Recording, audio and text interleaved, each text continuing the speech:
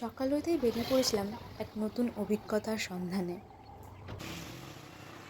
নমস্কার দর্শক বন্ধুরা, ফিরে এসেছি আরও একটি ব্লগ নিয়ে আপনাদের কাছে।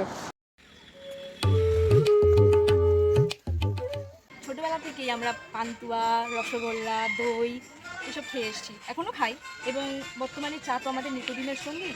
তো এই জিনিসগুলোর সাথে একটা জিনিসের খুব সুন্দর সম্পর্ক রয়েছে। আপনারা কি ধরতে পারছেন যে আমি কিসের কথা বলতে চাইছি?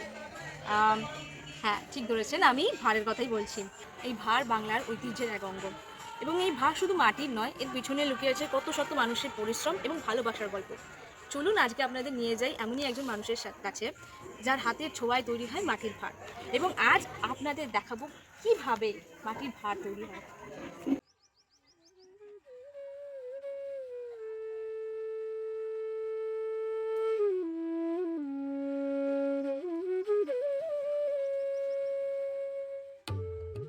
আমরা আজকে চলে এসেছি সেই জায়গাটায়, কিভাবে ভাঁড় বানাতে হয় আজকে আমরা তা দেখে নেব।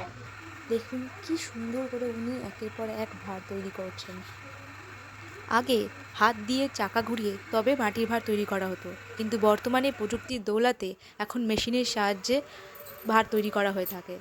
আমার নাম সুরজ প্রজাপতি, আমরা বালিগঞ্জেই থাকি।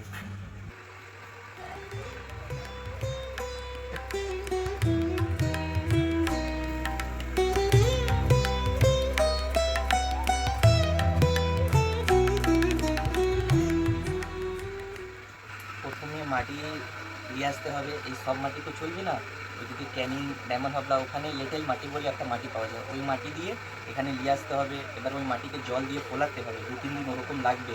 তারপরে মাটিকে হাত দিয়ে একত্রিত করে ভাবে ওইটাকে মাটি নরম করে তৈরি করতে হবে। তারপরে এই মাটি চাকে বসালে তারপরে ভাঁড় তৈরি হবে। আপনারা এখন দেখতেই পাচ্ছেন এই ভাঁড়গুলো এখনো ভাঁড় হয়নি, একদম নরম আছে। এইগুলো এখন যাবে রোদে শুকনো হওয়ার জন্য। সদ্য বানানো নরম ভাঁড়গুলোকে শুকনো করার জন্য এইভাবে রোদের মধ্যে রাখা হয়। রোদে শুকনো হওয়ার পরে যে প্রসেসটা, সেটা আমরা জেনে নেব। ভাঁড় একদম নরম থাকবে, এটা রোদে লাগার পরে এটা শুকনো হবে। শুকনো হয়ে যাওয়ার পর এটা আমাদের কয়লা উনুন দিয়ে এটা ভাটি লাগানো হবে। তারপরে 12 ঘন্টা 13 ঘন্টা আগুনে থাকবে।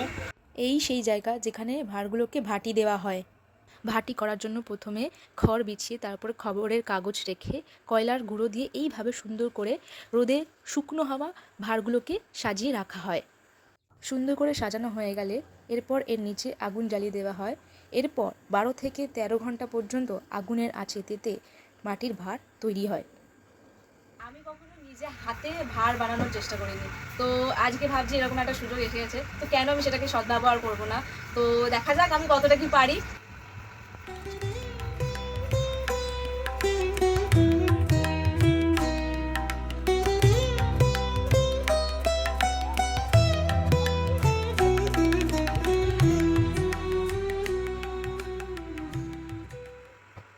দেখতেই পাচ্ছ যে আমি এখনো পর্যন্ত ভাঁড় তৈরি করতে পারিনি। তো স্বাভাবিকভাবেই যে এইগুলো করতে গেলে ভীষণ ভালোবাসা লাগে এবং অধ্যবসায়ের প্রয়োজন হয়। তো একদিনে কখনোই এইসব কাজ শেখা যায় না বা করাও যায় না, দিনের পর দিন এটার পিছনে লেগে থাকতে হয়। তো দেখে মনে হয় সেরকম পরিশ্রম নেই, কিন্তু বানাতে গেলে বোঝা যায় যে কতটা পরিশ্রম দরকার। অনেকক্ষণ ধরে বহু চেষ্টার পর গিয়ে অবশেষে আমি ছোট্ট জিনিসটা বানাতে পেরেছি। কতদিন বা আপনার সময় লেগেছে এরকম ভাবে এত সুন্দর করে একটা ভাঁড় তৈরি করতে? আমাকে এরকমভাবে ভাঁড় করতে আমাকে 6 মাস কন্টিনিউ ডেলি 1 ঘন্টা 1.5 ঘন্টা করে প্র্যাকটিস করতে হয়েছে। তারপর 1 বছর মতন সময় লেগে তারপর এরকম আমি করতে পেরেছি।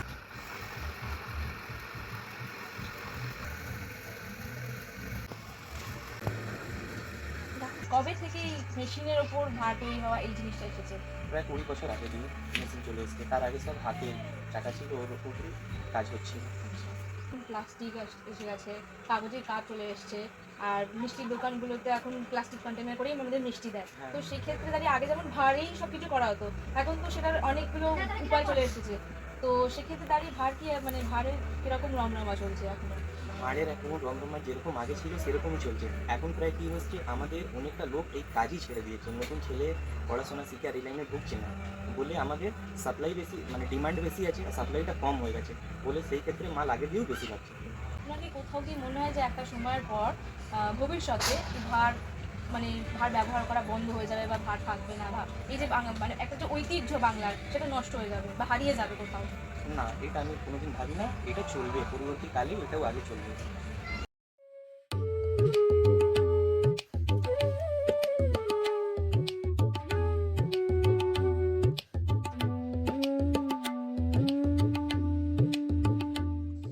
আপনাদেরও কি এরকম কোনো স্মৃতি আছে যা ভারের সাথে যুক্ত? তাহলে অবশ্যই কিন্তু আমাকে কমেন্টে জানাবেন। আর ভালো লাগলে লাইক, শেয়ার অ্যান্ড সাবস্ক্রাইব করতে ভুলবেন না। ফিরে আসবো আবার একটি ব্লগ নিয়ে আপনাদের কাছে। দেখতে থাকুন।